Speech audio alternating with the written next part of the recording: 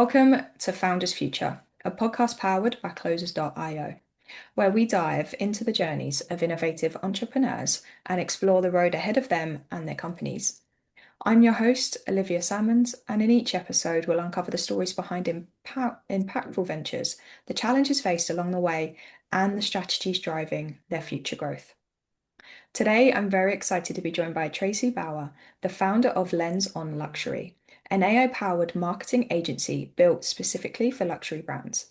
She's worked with names like Chanel, Bulgari, uh, Tiffany & Co, and Ray-Ban, and now helps high-end businesses cut through the noise with bespoke digital strategy, AI tools, and what she calls a true white glove client experience.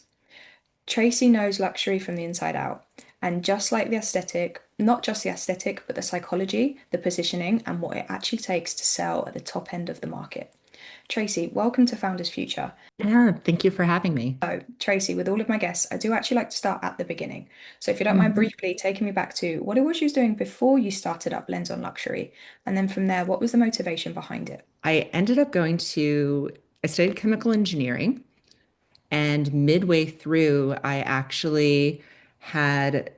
wasn't sure that that's what I wanted to be doing for the rest of my life. I came out to California 33 years ago and was convinced on vacation and was convinced by some friends to stay. And I did with $600 in my pocket. I would never recommend it to anyone else, my kids or anybody, but I did it. I ended up falling into working in the eyewear industry. Mm, And that ended up being 33 years or 32 years of my career. 21 of those years, I worked for the largest of the companies. Although when I first started working for them, when I was 25 years old, I think they were like the third largest at that point. And that company is now EssilorLuxottica. mm. And a lot of people probably know them for like the Meta glasses but they manufacture about 10% of the world's eyewear. There's tons of misinformation that they do everything, which is actually not true. There's lots and lots of manufacturers. But I spent my whole career there. The last 13 years, I was working in the luxury divisions and then specifically on Chanel eyewear. So here in the US, I used to cover a sixth of everything from LA to Canada, all the way out to the Denver area. So I covered that area. And Chanel used to do an audit every few years to see if you could stay in their dealership network. That brand, even though like Luxottica was making it, Chanel controls everything about Chanel. Like, so Okay. if you're a department store and you're carrying their products, you have a contract with them of where it's going to be placed. So you will always know that Chanel is like in the nicest areas of any department store you go into. Same thing with an eyewear store that I was working with. But if you can imagine, eyewear stores are small little businesses, but I was dealing with like the best of the best that would be carrying Chanel and be deemed worthy. So, right before the pandemic, they added to their regular audit, which was always looking at the building, the neighborhood, is it luxury enough? Their customer experience was a big thing, and we would help guide and teach on customer experience. They added a digital presence portion to the audit. We spent Actually, it ended up being 2 years because the pandemic hit, helping these small businesses get ready for this audit because we don't want to lose anybody in our network. Because I worked for EssilorLuxottica, we just want to sell frames. But we had a partnership with Chanel. So as much as I worked with EssilorLuxottica, I got to work with Yeah. Chanel, which was an amazing experience. I got to go to they I got to do a couture show, a runway show. I When they did pop-up events here, we got to like I did Bel Air and they showed off $3 million necklaces to clients. And occasionally they would let us come in and have these experiences. It was really hard to leave my corporate job. I mean, but during that digital presence portion of the audit, when it did happen after the pandemic, 90% of the businesses failed it. They were looking at their reviews, their websites, and their social media. So Chanel as I think most people know, this brand is one of the top luxury brands in the world, one of the top brands in the world. And they knew what the future and how important it was that people were taking care of this in their business. So, in talking with the dealers that we had, they had to improve it.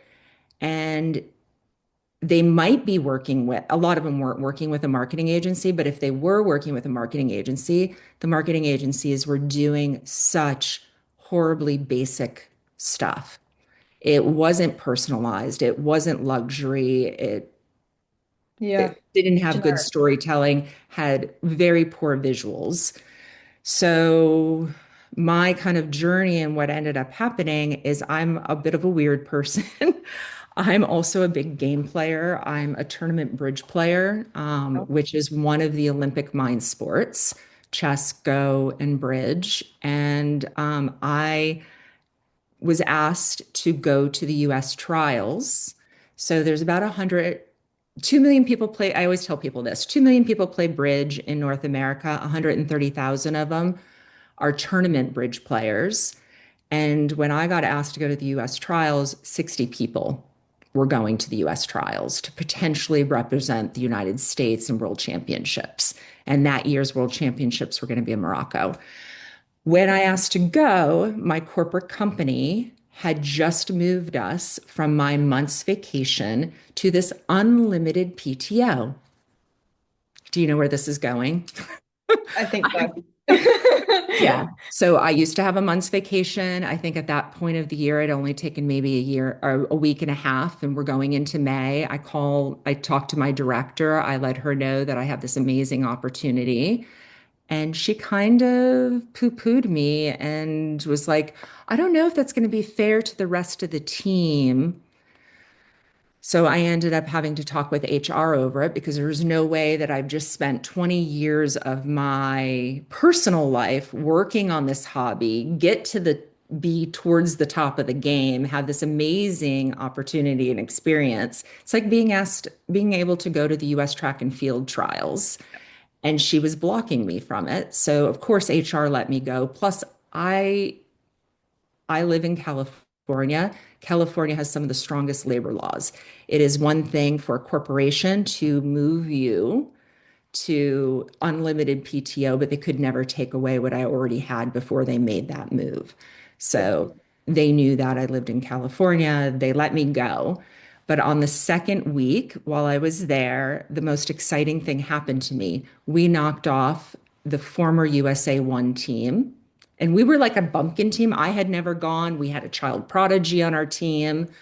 Like we were not expected to go very far. We barely made it out of the qualification rounds. Now you're in these knockouts, and we barely made it through the first team. Now we're up in like I think I'm at the semifinals yet. We're at the quarterfinals, and we get against the former USA One team, and we came out so strong and we ended up beating them and we make it to the semifinals. And I email in that, oh my God, I'm still here. I had a couple of internal meetings. Like, I'll still have them. I just, I had to make sure what the timing and, my team Yeah. would let me off during that time frame. So I was still trying to juggle both things. And I wake up and my boss sends me an email. I'm not approving the second week.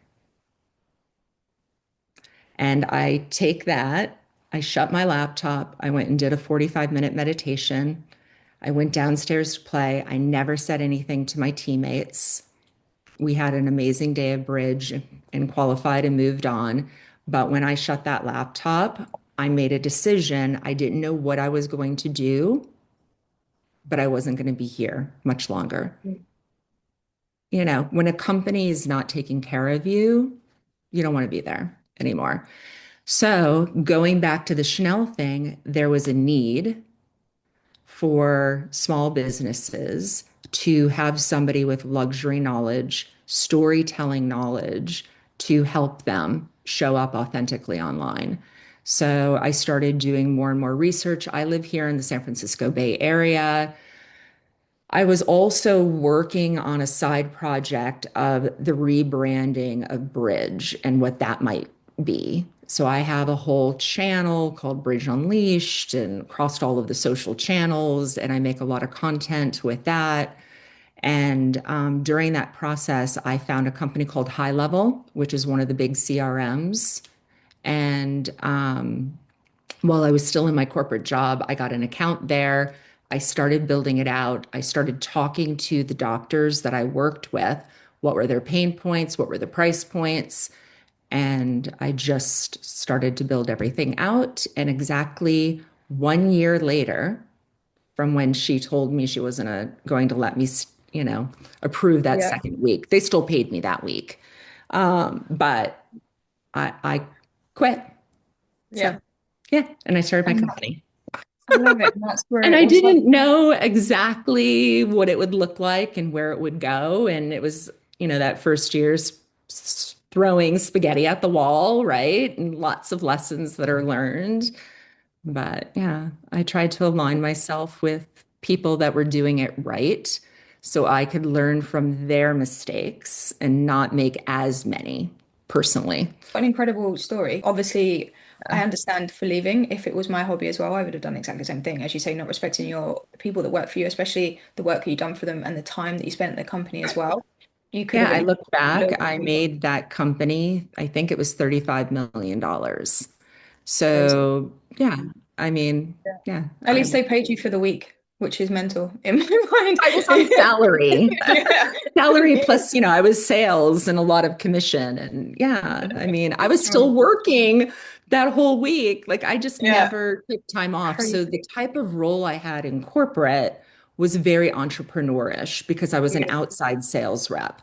It Yeah. was very heavily commission based anyways. So I'd always thought like an entrepreneur. So let's fast forward a little bit and dive into what that business looks like today. So Tracy, when it does come to lens on luxury, at this point in, who would you say is your ideal client? Like who is it you very, very much love to work with the most? And then from there, how is it you help them? And how would you support them? Started the company, very early on in that first year, I started to see where the biggest need was going to be is I do more of the organic marketing of a business.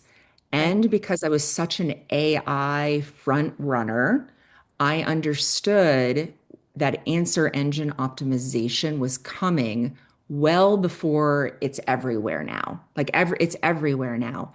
I was already starting to do that for my clients and very heavily in what was it, January of 2024. So when Awesome. Google Very early. Yeah. switched in August of 2024, their algorithm, the clients that I was working with shot to the front. Yeah, so Neil Patel spoke last year, or was it? I might be getting this a little confused. Maybe it was August of 2025 when they switched their algorithm. But Neil Patel actually spoke last fall about how everybody's, you know, traffic got cut in half.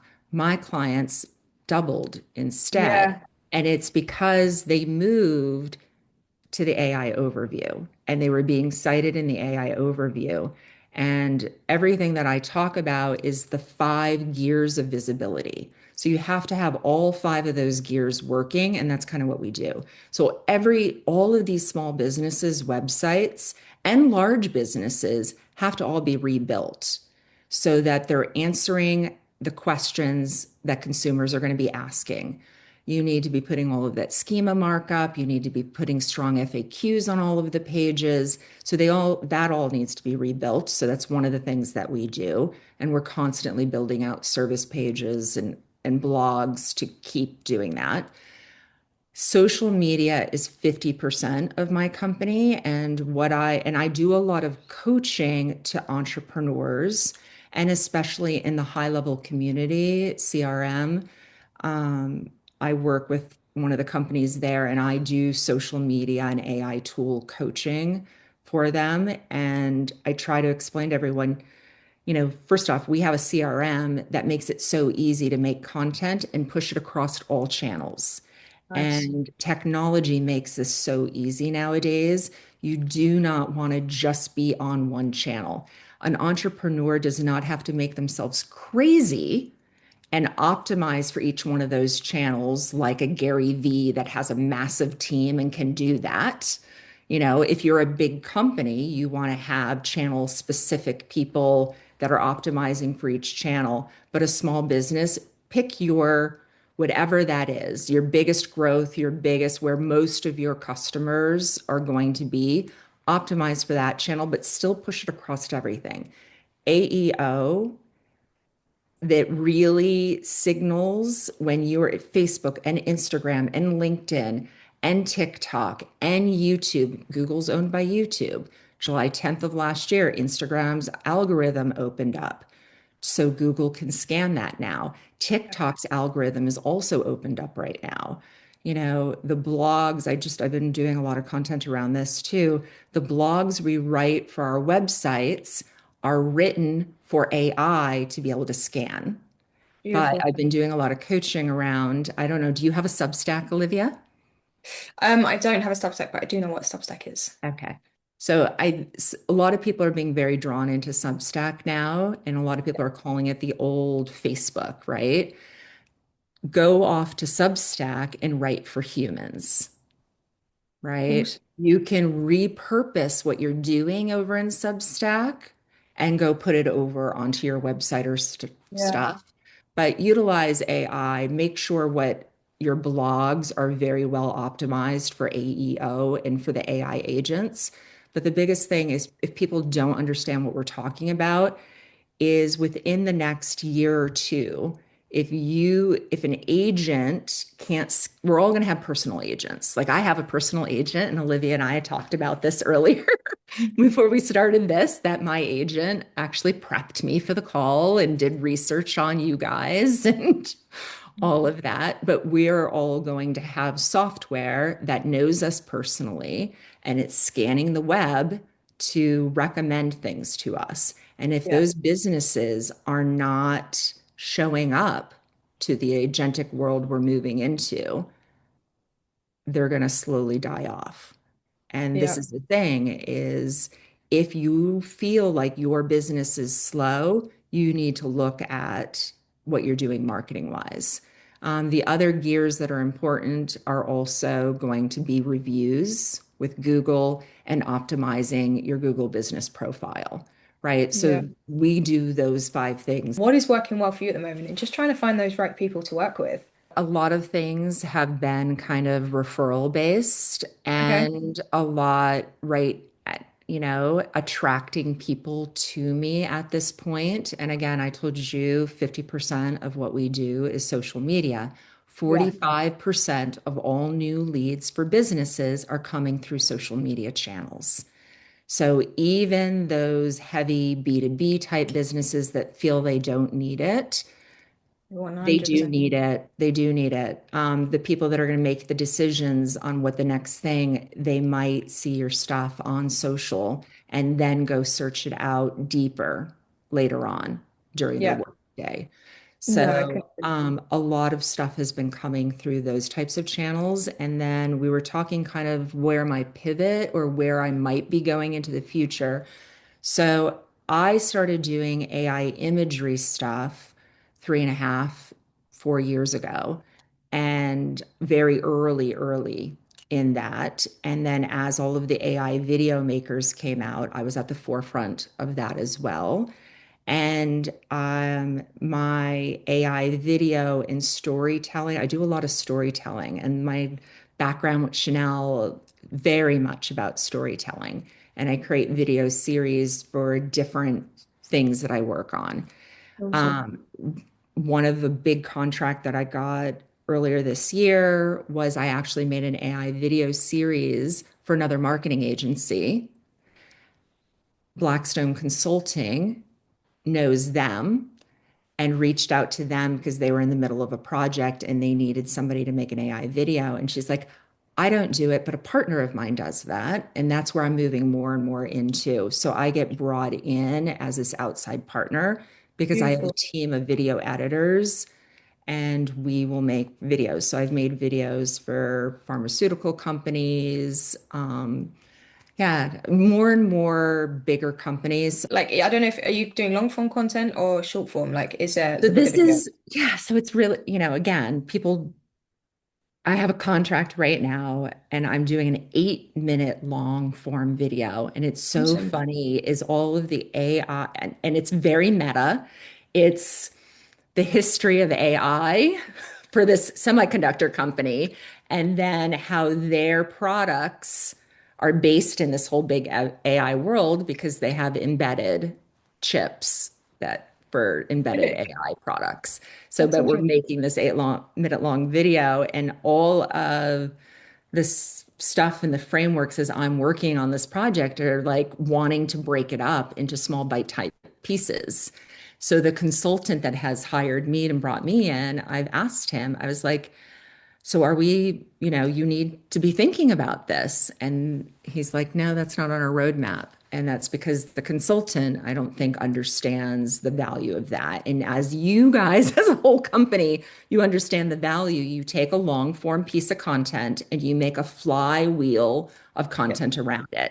Lots of small clips, little bites. Do you run any form of advertisements or anything, or is it just very organic? Far, everything has been organic. Awesome. Yeah, I have a very boutique agency. So when I have something that I feel that I'm going to want to run leads to, one of the things that I'm setting up this year is affiliates. So if people have those needs, or if they're working with a client and their teams, especially really good quality films for major corporations and stuff like Yeah. that, they can reach No, out to me and I would do an affiliate. Yeah, beautiful. Affiliate marketing is a really partnership. beautiful way forward. Yeah, Partnership. Exactly partnership. that. And it's interesting in the last 2 weeks, a couple of major companies have now come to me. So it's kind of nice. What does the plans for the future look like for you? Like, what are your visions or your ambitions for the company moving forward? Maybe when you think of like the next 6 to 12 months ahead. So if you could go back in time to a younger self and you could only leave yourself with one piece of advice moving forward, something you know now, but that you didn't know back then, what would you say to yourself? Be brave.